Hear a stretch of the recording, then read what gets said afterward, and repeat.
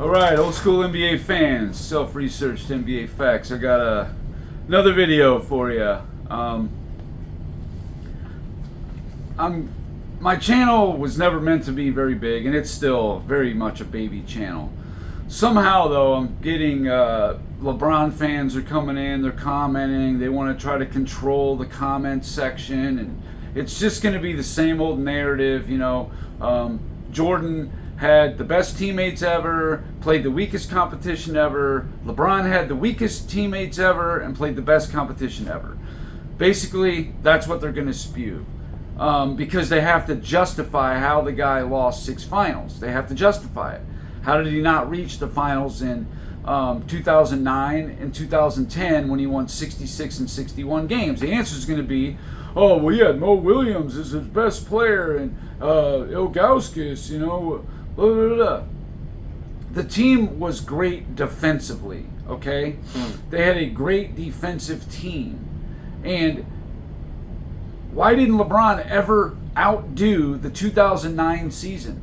They were 66 and 16. 2013 Miami, they also won 66 games. He never won more than 66 in his whole career. So you telling me the 2009 Cleveland Cavaliers were the best, that and the 2013 Miami were the best teams, at least in the regular season, that he ever had. So with all these Hall of Fame teammates, Irving and Love and Bosh and Wade, Anthony Davis and Rondo and all that stuff, he was never able to outdo it. Why? Because they were a great defensive team. They were working well as a system. The team was a well-oiled machine. I mean, they started out the season up, the playoff season, sweeping the first 2 rounds, rolling along. And then they play Orlando. They're up 16 at half in game 1.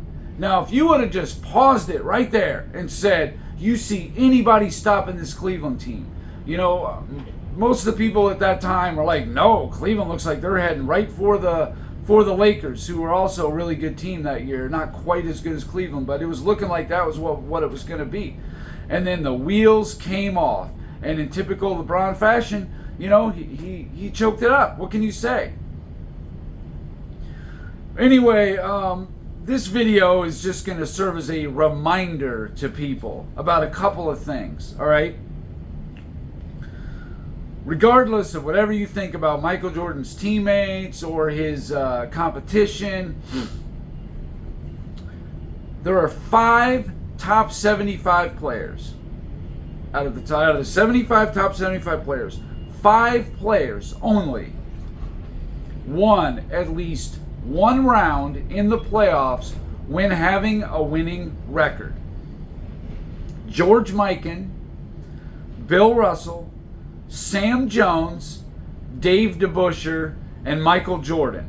That's it. Now, Michael Jordan is the only player in the last 50 years, top 75 player, who can say that. That's right. Jordan is the only one in the last 50 years, top 75 player, who's won at least 1 round in the playoffs when having a winning record. That's a fact. Now, how many players in NBA history won the championship every time they won 60 games? Do you know who they are? 2 players won the championship every time they won 60 games. And again, you can talk about teammates, competition, you know, oh yeah, they had the great roster, whatever. Nobody's going to convince me that Michael Jordan's finals competition was worse than what Tim Duncan played, than what Shaq played, than what Kobe Bryant played. Yeah, I don't think so. I don't think so. Or Steph Curry played. I don't think so. Scottie Pippen and Michael Jordan won 60 games 5 times. 91, 92, 96, 7, and 8.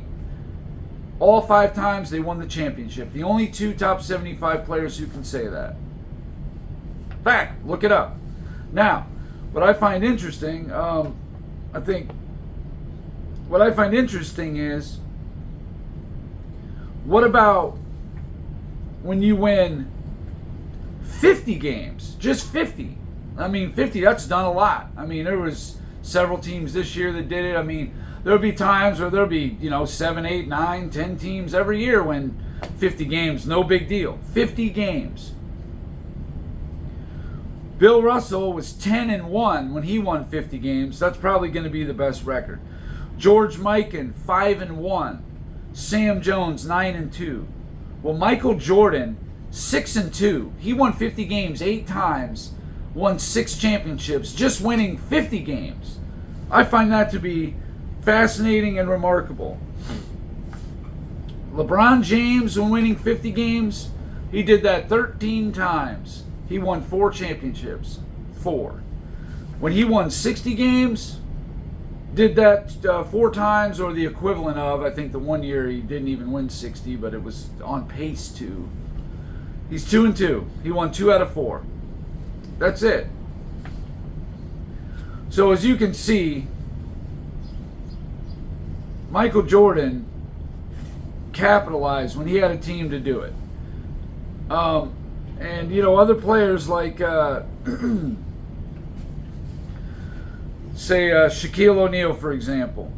He won 50 games 15 times. He won 4 championships. That's what he won.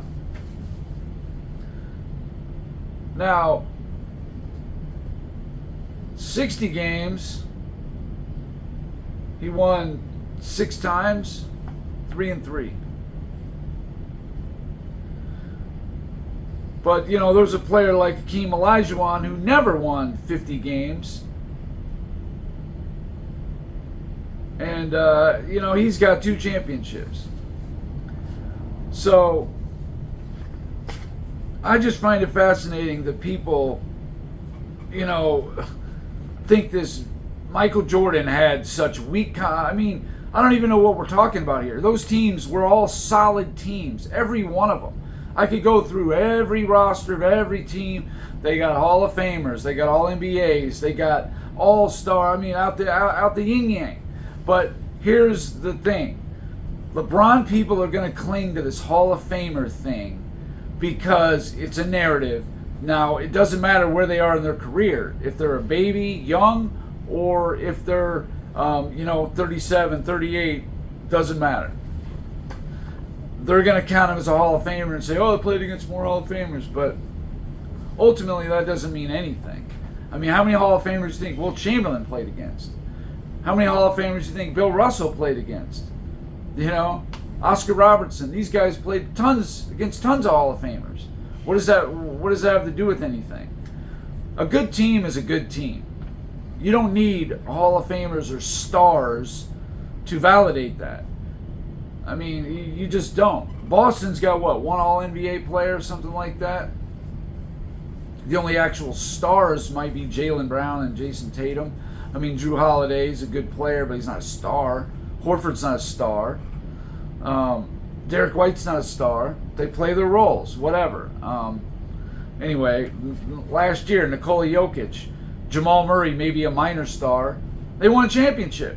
What can I tell you? They didn't really have a stiff road. Neither did Boston. Both these last 2 champions, neither one of them played even. Neither one played higher than a 4 seed. Going by the seeding, the best teams they played were each in the semifinals. It would have been last year Denver played Phoenix, I think it was, and this year Boston played Cleveland. Going by the seeding, those are the best 2 teams they played. I find that hilarious, really. But anyway, that's it for this video. Sorry for rambling there a little bit, but I just didn't know if people understood that Michael Jordan, when one of 5 players, 5 out of the top 75 who won at least 1 round in the playoffs, every time he had a winning record, won at least 1 round. It's only been done, hasn't been done by any other player in 50 years. Say whatever you want about competition, teammate. I mean, this is what I'm talking about. People would have you believe that Scottie Pippen is basically Larry Bird, Horace Grant is Elgin Baylor, and Dennis Rodman is Moses Malone. That's what people will have you believe. They have to try to explain the greatness of Michael Jordan. A lot of these people weren't even around back then. They don't understand what it was like, you know. And anyway, that's it. I have another video probably in a little bit, and thanks for watching.